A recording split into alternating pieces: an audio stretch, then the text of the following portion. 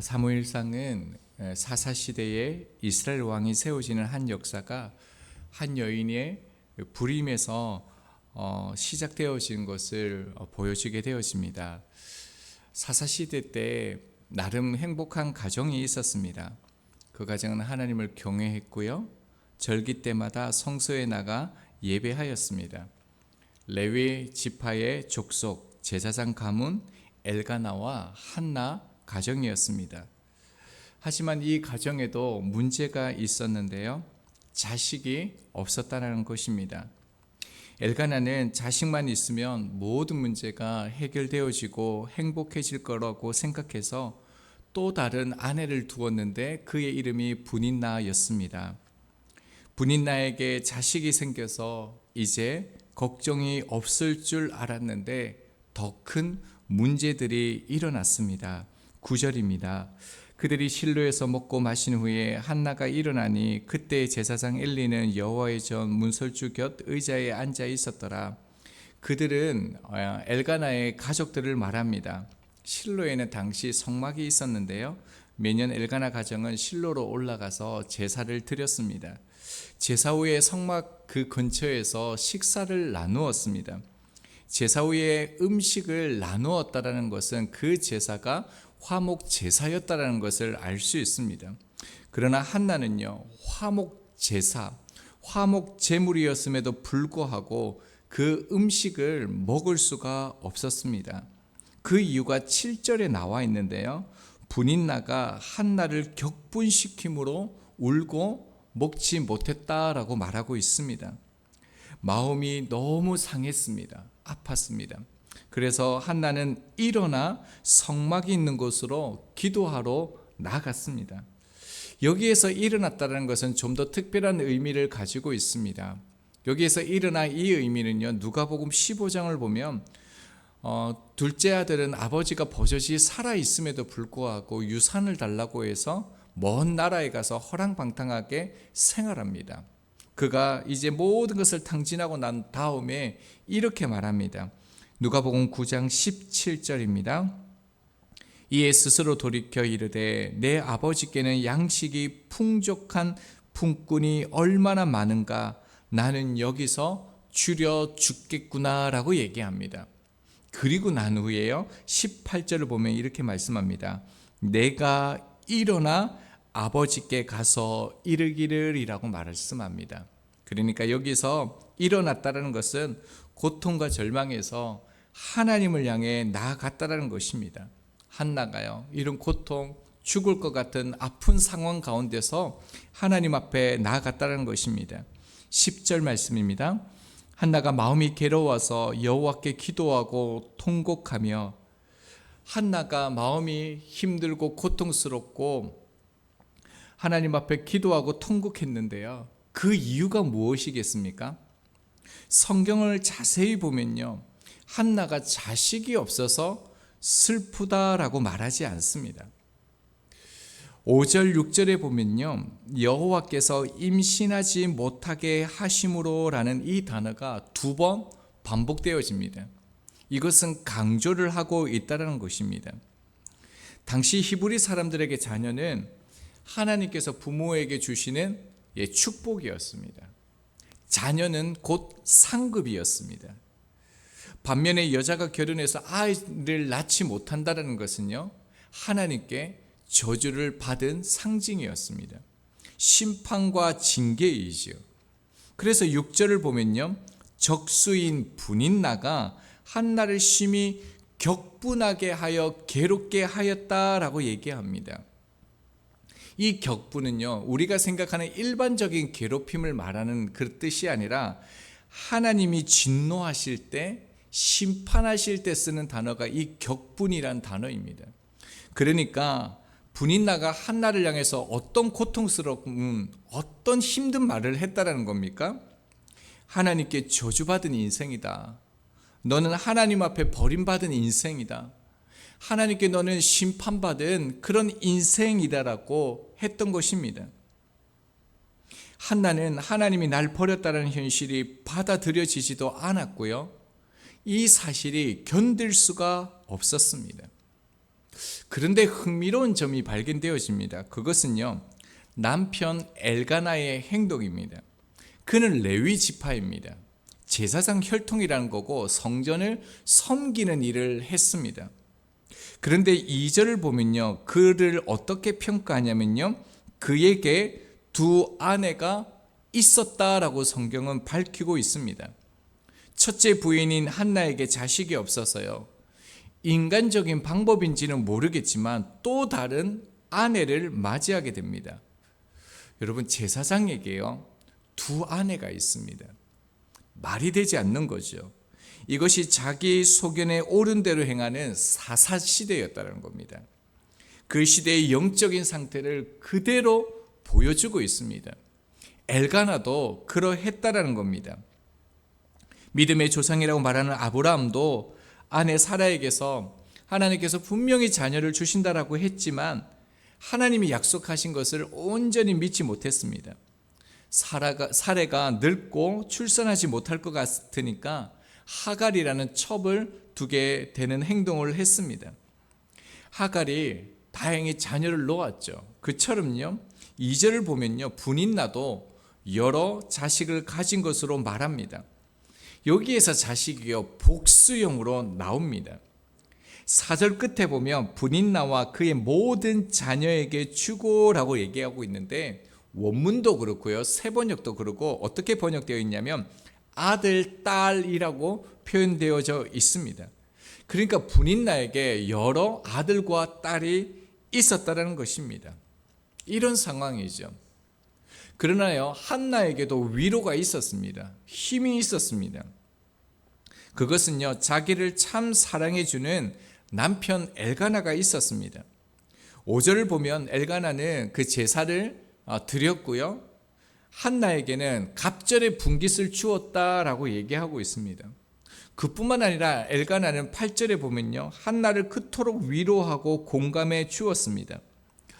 이런 남편이 있으면 한나가 행복해 해야 되는 것 같지 않습니까? 그런데 한나에게 온전한 위로가 되지 못했습니다. 위로는요, 이런 인간적인 것들을 통해서 채워줄 수 있는 것이 아니기 때문입니다. 온전한 위로는 하나님께로부터 옵니다. 사실 한나는요, 복수할 수 있었습니다. 한나는 첫째 아내이잖아요. 적극적인 사랑과 지지를 남편에게 받고 있었습니다.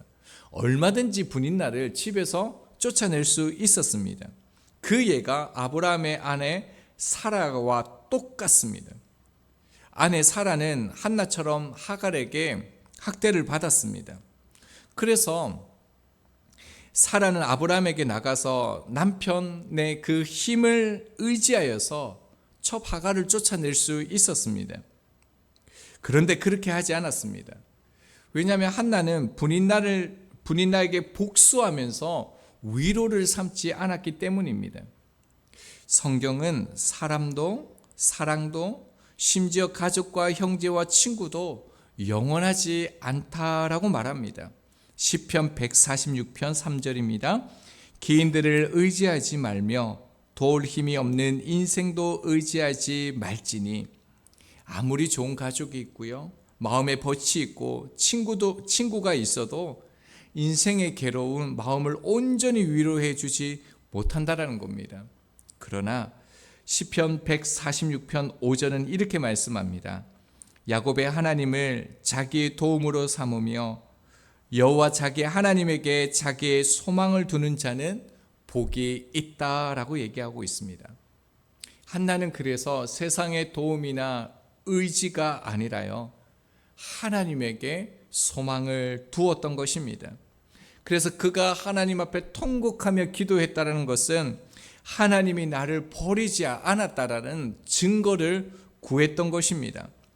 내가 정말 하나님께 버림을 받은 사람입니까? 하나님 백성이라는 그 은혜를 구했던 것입니다. 그래서요, 그 아이를 주시면 하나님께 드리겠다라고 서원하는 것입니다. 11절을 보면 한나는 아들을 달라는 기도를 전심으로 합니다. 주시면 하나님께 온전히 드리겠다라고 얘기하고 있습니다. 이것은요, 단지 자기 유익만을 위해서 기도하지 않았다라는 것을 알 수가 있습니다. 만약에요, 자기 유익만을 위해서 아들을 허락해 달라고 했다라면 서원하면서 하나님께 다시 바치겠다라고 하지 않았을 것입니다. 12절을 보겠습니다. 그가 여호와 앞에 오래 기도하는 동안에 엘리가 그의 입을 주목한즉, 한나가 어떻게 하나님 앞에 이제 기도하고 하나님을 구했는지를 보여주게 되어지는데요. 그가 여호와 앞에 오래 기도하는 동안에 라고 얘기하고 있습니다. 이것은 시간적인 의미도 있습니다.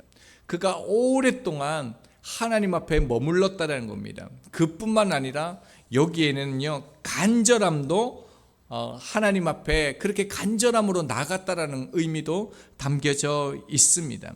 그 모습이 어떠합니까? 13절 14절 보면요, 한나가 속으로 말하며 입술만 동하고 음성은 들리지 아니했다라고 얘기하고 있습니다. 이것은요, 하나님 앞에 하나도 숨긴 것이 없이, 하나도 남겨놓은 것이 없이 온전히 하나님 앞에 다 내어놓았다는 겁니다. 완전히 빈 마음이 되어서 하나님께 온전히 쏟아내는 그 기도를 드렸다는 겁니다. 그러니까 이렇게 기도하면 어떤 상태가 됩니까?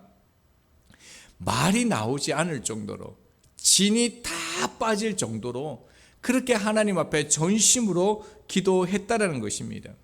그래서 엘리 제사장은요, 한나를 보면서 어떻게 얘기합니까? 술에 취해 보였습니다. 그래서 술을 끊으라 라고 얘기하고 있습니다. 한나가 이렇게 말합니다. 15절입니다. 한나가 대답하여 이르되 내 주여 그렇지 아니하니이다. 나는 마음이 슬픈 여자라. 포도주나 독주를 마신 것이 아니요 여호와 앞에 내 심정을 통한 것뿐이오니. 한나는 자신을 마음이 슬픈 여자라고 소개하고 있습니다. 포도주나 독주를 마신 것이 아니라 하나님께 심정을 통하는 그런 기도를 드렸다라고 얘기합니다. 여기서 통하다는 게 쏟아붓다라는 겁니다. 모든 것을 다 쏟아부어서 하나님 앞에 오래 머물러서 말할 수 없을 정도로 그렇게 하나님 앞에 나아갔다라는 것입니다. 시편 142편 2절입니다. 내가 내 원통함을 그의 앞에 토로하며 내 우환을 그의 앞에 진술하는도다. 영혼을 쏟아서 그런 마음으로 전심으로 기도했다라는 겁니다. 그 결과가 무엇입니까? 하나님과 내 마음이 통했다라고 얘기하고 있습니다. 심정을 통했다라는 말은 무엇이냐면요, 내가 네 안에, 네가 내 안에, 이런 말이라는 겁니다. 내가 하나님의 마음을 알고 하나님이 내 마음을 아는 상태가 되었다라고 말하는 것입니다. 자, 그러면서 16절에 이렇게 기도할 수밖에 없었던 것은 내 안에 원통함과 격분함이 있었다라는 것을 설명합니다. 그래서 17절을 보면요, 엘리는 한나에게 복을 빌어주죠. 18절을 보겠습니다. 이르되 당신의 여종이 당신께 은혜 있기를 원하나이다 하고 가서 먹고 얼굴에 다시는 근심의 빛이 없더라라고 말씀합니다. 한나는 그대로 그 하나님의 말씀이 이루어질 것을 믿고 돌아갔습니다. 그래서 그의 얼굴을 뭐라고 얘기합니까?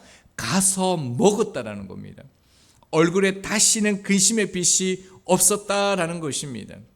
근심이 사라졌다라는 것은 하나님의 은혜가 임했다라는 겁니다. 하나님의 마음을 깨달았다라는 것입니다. 분명히 지금은요, 변한 것이 없습니다. 한나에게 임신의 소식이 있기도 전입니다. 변한 것은 딱 하나이죠. 한나가 자신의 고통을 하나님께 아뢰면서 이 문제를 온전히 믿고 하나님께 맡겼다라는 겁니다. 이후 한나는요, 아들 사무엘을 놓고 약속대로 어린 아들을 하나님께 바칩니다. 그리고 하나님께서는 그 이후에요, 3남 2녀를 더 낳게 하셨습니다. 이제 말씀을 적용하겠습니다. 1장 3절을 보면요, 만군의 여호와께 경배했다라고 말씀하고 있습니다. 그리고 11절에도 한나가 하나님을 어떻게 말합니까? 만군의 여호와라고 말하고 있습니다.